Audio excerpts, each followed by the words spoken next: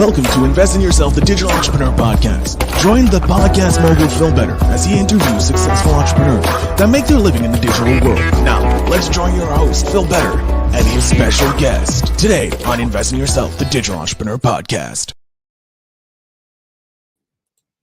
Welcome back to another exciting episode of Invest in Yourself, the podcast series. I am, of course, your host with the most, Phil Better, the podcast mogul. And today we have a guest whose impact on the entertainment industry and and the podcasting world is both profound and inspiring.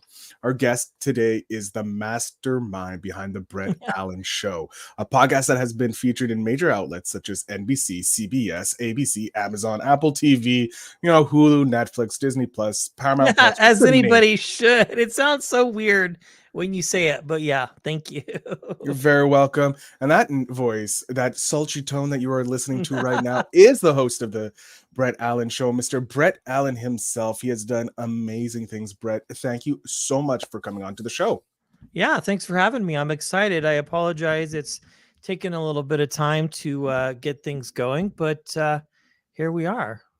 Hey, as long as we got the hit the record button, the time doesn't matter because now it's here for me and you to start talking about everything podcasting. I'm excited about this, Mr. Brett Allan. So I'm going to start with my favorite question of all time is why podcasting? What made you decide to jump into this wonderful world of podcasting?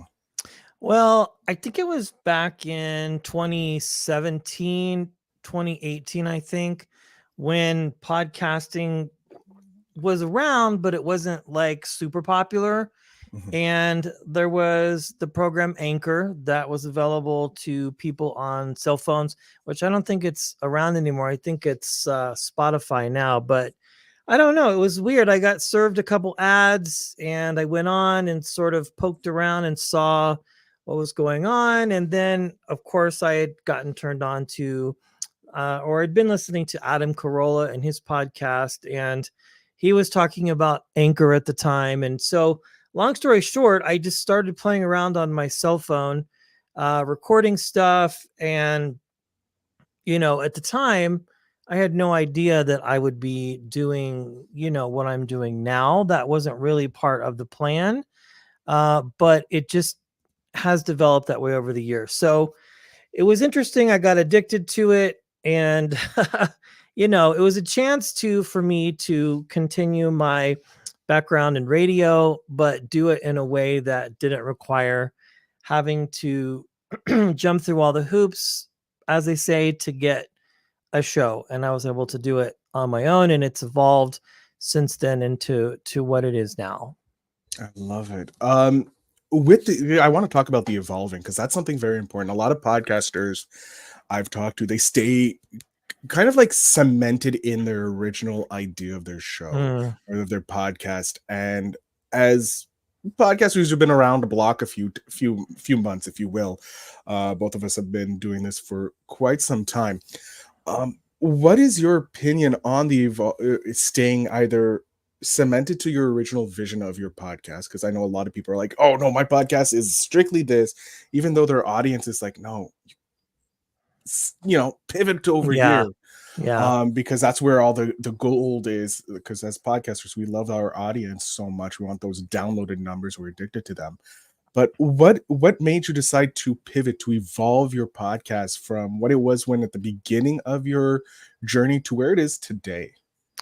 Well, it's kind of a long answer, so I apologize. But when I started, it was mostly just this idea of a journey podcast of, being newly divorced, being a single dad, and having to navigate that. That was how it all started. But then, I became interested, always had an affinity for celebrity interviews, authors. My podcast has gone into 3 to 4 stages. So that was the first stage. The second stage was just interviewing people, whoever I could get. And then I had a movie critic who I reached out to for the Roger Ebert Foundation, and I interviewed her. And that's really where I got bit by the bug with the entertainment industry. So I went from that to a period of like interviewing just high level entrepreneurs. I mean, I had them all, Jordan Harbinger, the whole gamut of people that people have on their shows. um, and then during COVID, during 2019, end of 2019, 2020, is where I really just dug my toes in with the YouTube portion of things, and also this idea of interviewing celebrities. So it's been a process. It's taken time to get here, but I think to answer your question more directly, I think it really depends on what you're trying to do, right? Because, like, as Dave Jackson says, your audience is your audience and you have to listen to them. So the thing that people found the most interesting on my end was the celebrity interviews. So I stuck with it. I think you always have to be evolving and changing with what what you want, but also kind of what your audience wants, if that makes sense. So it's a combination of different things, but I don't know. Some people may find something. I think it depends too on what the topic is. Like if you're doing, say, a show on financial planning, you're going to have to evolve because things change, the economy changes.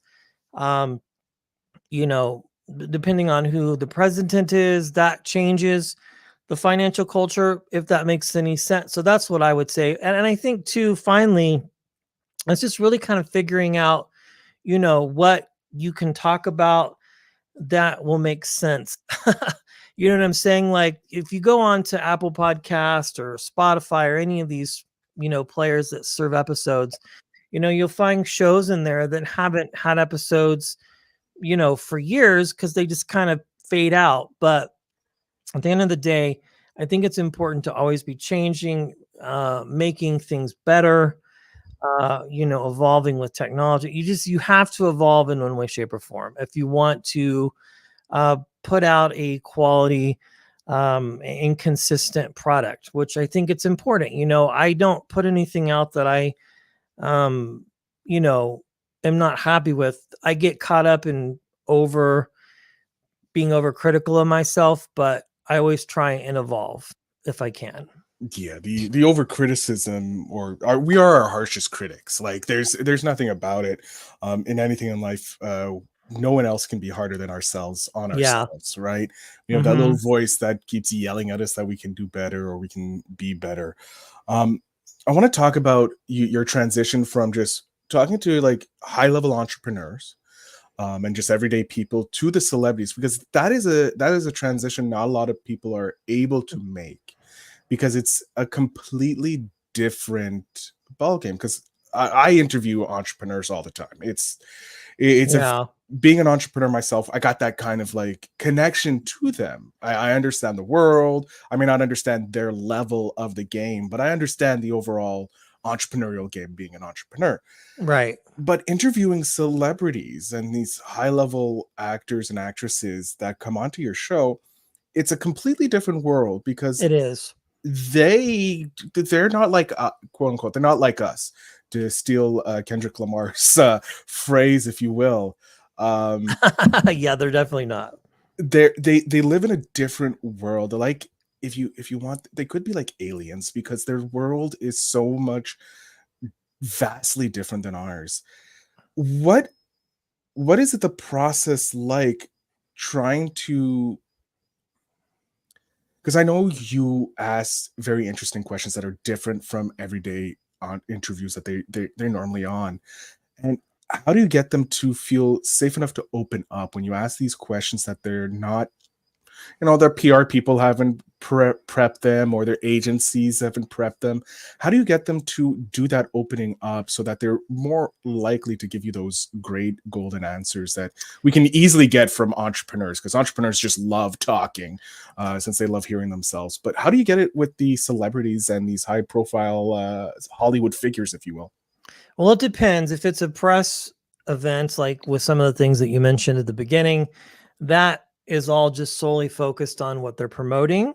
So there's that. So I've get guidelines from studios, publicists, whomever, who say, we need to talk about this, and that's it. So that's that part. The other part, honestly, like, I say this all the time, but like, I've taken everything I've learned about podcasting and preparation and sort of just thrown it out the door.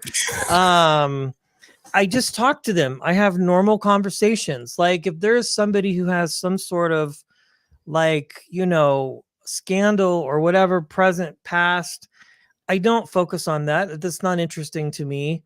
I just think about it in the way of, how would I want to be spoken to? How would I want to be conversated with, so to speak, and just keep it like as simple and as light as possible.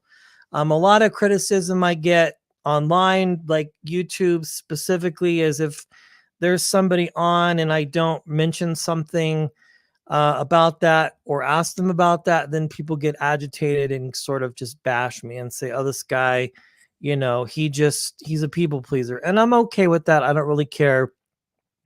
There's plenty of other people out there who can cover the scandal, right? I just don't think about it. But I just, try and talk. Everybody loves to talk about themselves, right? I think that's why we podcast. So I just keep it. I mean, I write general ideas down. I don't just wing it like all together, but I just try and keep it as light and easy as possible. Maybe not go in for the hard questions right away. Maybe throw some softballs, and then go from there and be like, okay, now let's talk about this or that. And generally 9 times out of 10, it goes the way that I hope it goes. And again, I write some things down, but I don't, unless they ask me to specifically, I don't bullet point questions. So you have a more free. Yeah, that's a perfect answer. Yeah, very free flow, very light. It's a conversation. That's how I think about it. I try and think about it in the way of just having a normal, basic, easy, free-flowing conversation with somebody. Like, just if you and I were sitting down, having a beer and having a point to the conversation, but not overbearing it with like too much structure. Okay, I'm a personal fan of that style, because it does, in my view, generate the best value, especially when you're talking with entrepreneurs. When you're trying to get entrepreneurs to give you that golden nugget, having a less formalized conversation or interview format seems to do wonders. They just they already drunk, if you will, and just vomiting the gold into some great clips for us. How did you get connected? How do you connect with these people who seem to be outside us mortals' realm, if you will? Because getting into the D's and C level celebrities doesn't seem to be that hard, because they're always trying to move up from a D to a C to a C to a B and a B to an A. So they're always looking for that free promo, if you will. But when you start getting those big name guests, like you've had Jason Lee, John Malkovich, Daniel Radcliffe, just to name a few of the big names that you've had, how did you go about getting them onto your podcast? And then the follow-up to that is, what would you suggest for someone who's just starting out in podcasting that wants to be able to interview these celebrities, or, the celebrity of the industry that they want to go into? How would you suggest that they develop or start going down that process? So first, how did you do it? And then how do you suggest others do it? Well, I'll answer that question in reverse. So to answer the second part of it, really, it's just going after those people that are the soon to be Daniel Radcliffe's, the soon to be Jason Lee's, the soon to be John Malkovich's, so to speak, and going for the low hanging fruit, right? It's also part of building relationships, building trust with people in the industry. It's a very broad and vast, but small pool. So everybody knows everybody, so to speak. So if you handle something or someone well, then there's a good chance that that information is going to get passed along, and you're going to have good luck or better luck than somebody who's never worked in it before. Um, and to answer the first part, it's just about building relationships, right? It's about building that resume.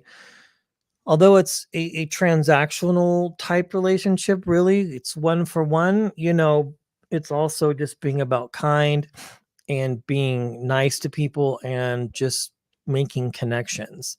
So, start interviewing the people that are at that lower level, so to speak, and then you'll eventually be able to just sort of work your way up and get the more recognizable type names.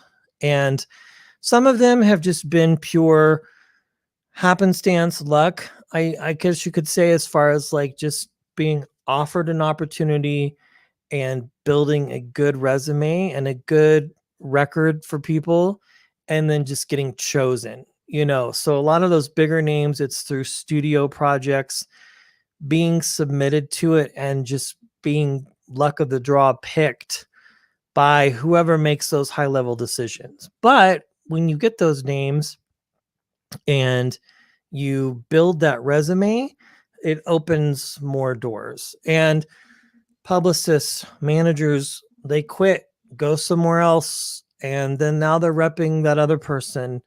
And they know you from before. So they go, okay, this guy can be trusted. So let's take a shot and either say yes or put it in the hands of the people, the actor, actress, whatever, that make those decide if they want to do it or not. And it's just, I've been very fortunate, it's been a lot of hard work. It's been a lot of, the no's are more greater than the yeses. I'll say that. But really, it's just starting from a very simple basis and just asking. That's the big thing. Just ask. You never know if you don't ask. Very true. The answer is always no if you don't ask, and it can be a yes if you do. And I love that idea of just providing value to these guests and starting low to move your way up. I think a lot Yeah, of you people. just have to start at the beginning, right? And eventually, if you can conduct a good interview and sort of work your way up, the chances of the yes become greater. I want to talk about the interview aspect. As someone who you came from radio, so you kind of already had that journalistic base, if you will. How do you improve your skills as an interviewer? I'm always interviewing people, so like I'm always wondering, like, how can I get myself to the next level, become the legend that is Larry King, who's like the godfather for me. That's my idol when it comes to interviewing. I want to know, how do you invest in yourself to become a better interviewer, so that these guests highlight how great you are? Again, it's just being kind, it's being thoughtful, it's being respectful. I just listen to what other people are doing. That's it. Like whether it's the Armchair podcast or maybe like Adam Carolla or even a Jimmy Fallon or anybody that does these types of interviews. The one thing I taught myself and I sort of watched is I watched these celebrity interviews on late night, and I noticed that each interview was about 5 to 10, maybe 15 minutes long. So that was the first thing. I was like, okay, unless they're a talker, um, my goal is to keep it under 20 minutes, 25 at the most. And sometimes it goes longer if it's like a comedian or somebody who wants to say something or has a lot to say. So there's that. So I kind of watch what they're doing and then just try and emulate that, digest it, and then regurgitate it in my own way and finding my voice. I love that. That's some powerful. Yeah, I mean, I just try and see what they're doing. I mean, history and success leaves clues, as somebody said. And so if you can watch what other people are doing that are successful at it, there is a blueprint there, right? There is a way to look at that and go, okay, it's a very, even though it seems natural, James Corden, I always refer to him and his carpool karaoke interviews because he could bring like the biggest celebrity on the planet and get them into a car. And it wasn't about the karaoke part. That was just a way to break the ice. This is his producer that I had the chance to interview, for something else that he was doing. And he explained it in the way that, the idea, I mean, who else could get, you know, Kanye West to rent an airplane and do an interview in an airplane? I mean, the idea is the musical part was just the way into the interview, right? Or Chris, I can't think of his name, from Hot Ones, that's a very unconventional type interview. It's done over hot wings. So whatever the hook is, that's the way to get the person in. And then you get them comfortable, and then you can ask the questions that you want to ask.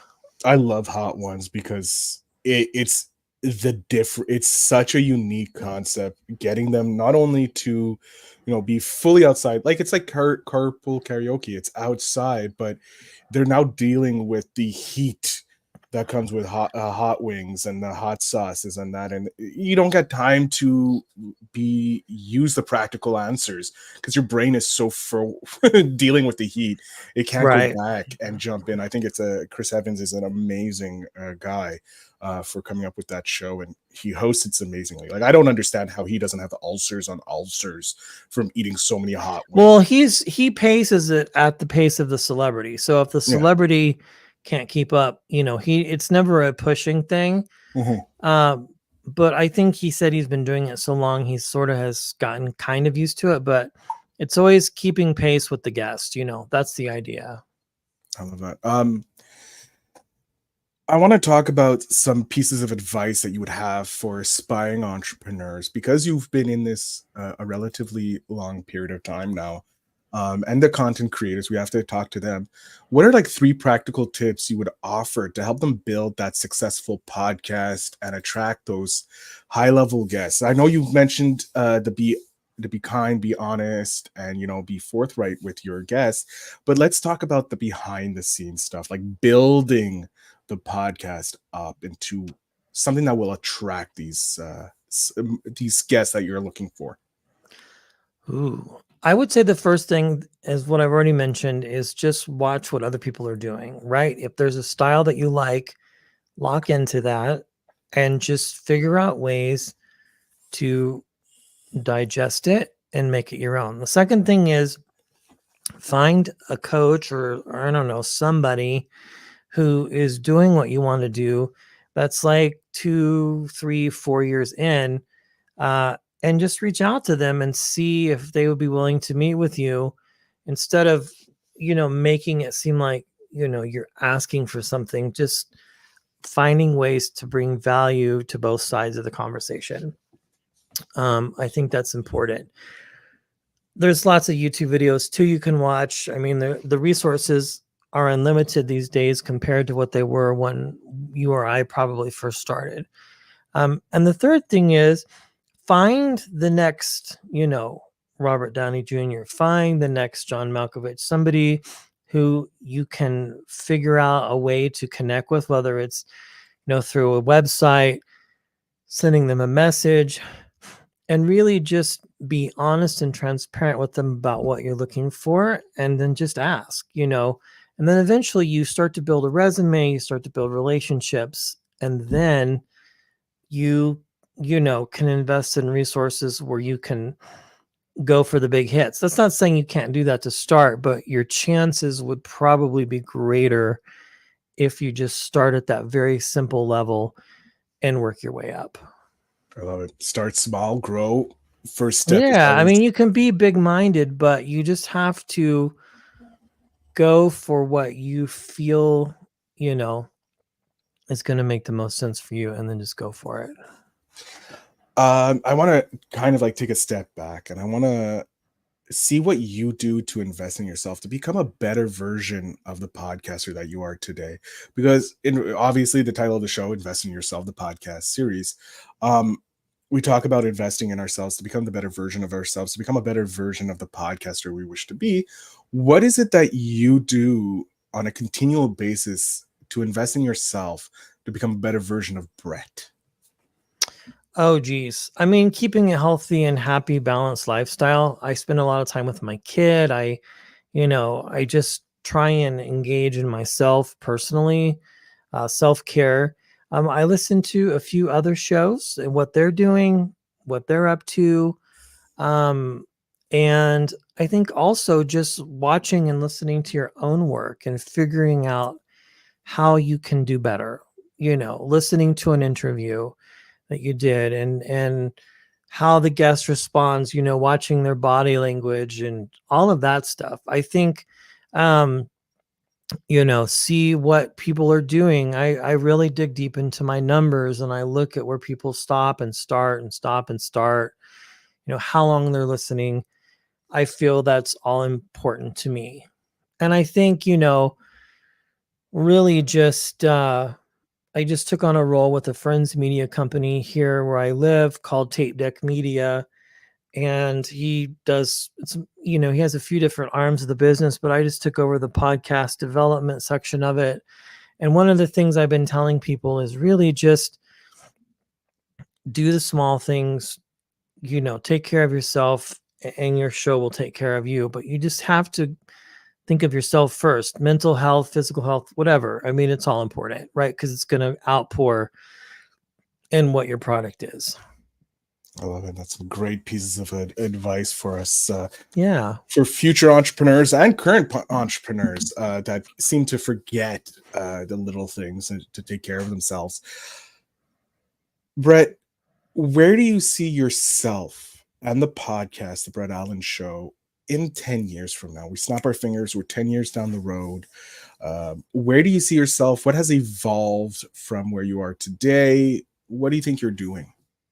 Well, I would love for it to be like anybody, a nationally syndicated project. But I think, realistically, just continuing to provide quality, consistent content, to get better at interviewing and to really just, connect with my brand more. I think that's important, and be like one of these. The dream would be to be just another one of these 5-10 people that other people want to connect with and partner with, interview with.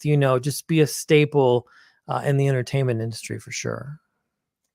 I think that's a great goal to have in the next 10 years. And I'm guaranteeing that you're going to get it done. I hope so. Thank you. Just sitting here talking with you, Brett. I've been lulled into a very comfortable reprieve that this conversation is just flowing. And I barely noticed the time flying. We're I coming know up to we're almost at 30 minutes. I know it's insane how great this conversation is going.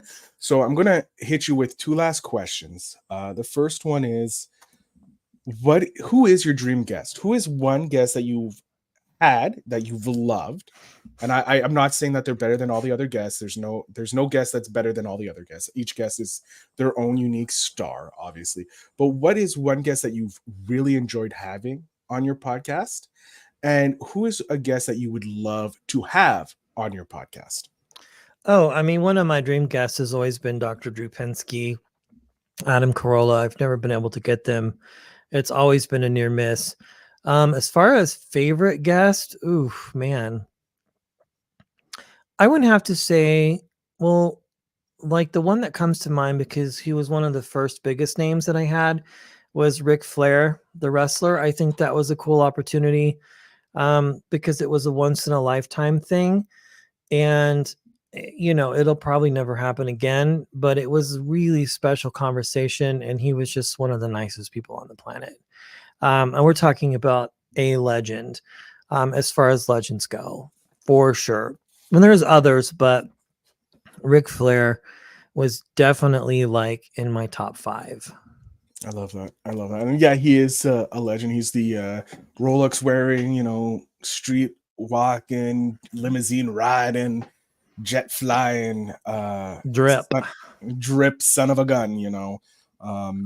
He is one of the all-time greats heels of in the wrestling world and one of the greater minds that there is. With that said, Brett, I want to know,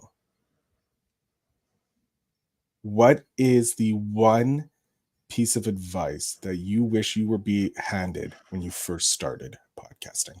Just trust and believe in yourself. Like, you are the brand. You are the one that is responsible for setting the course of your ship. So the decisions that you make early on are the ones that will affect you later. And don't sweat the small stuff. People say it all the time, but really, like, people get stressed out about cameras and recording and getting monetized. Ugh, I mean, all, it's just, and it's all things that you want to know.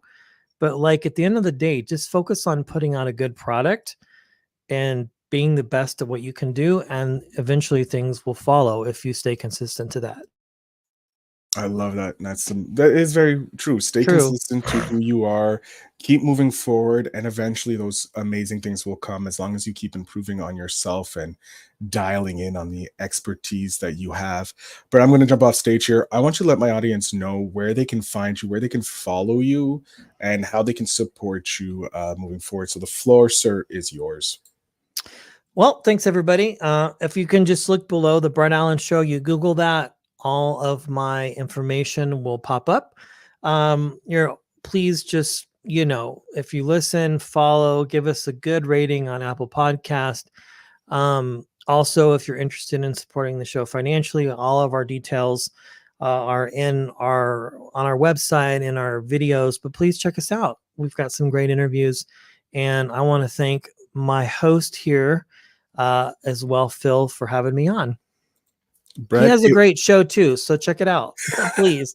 thank you, Brett. It was an absolute pleasure having you on.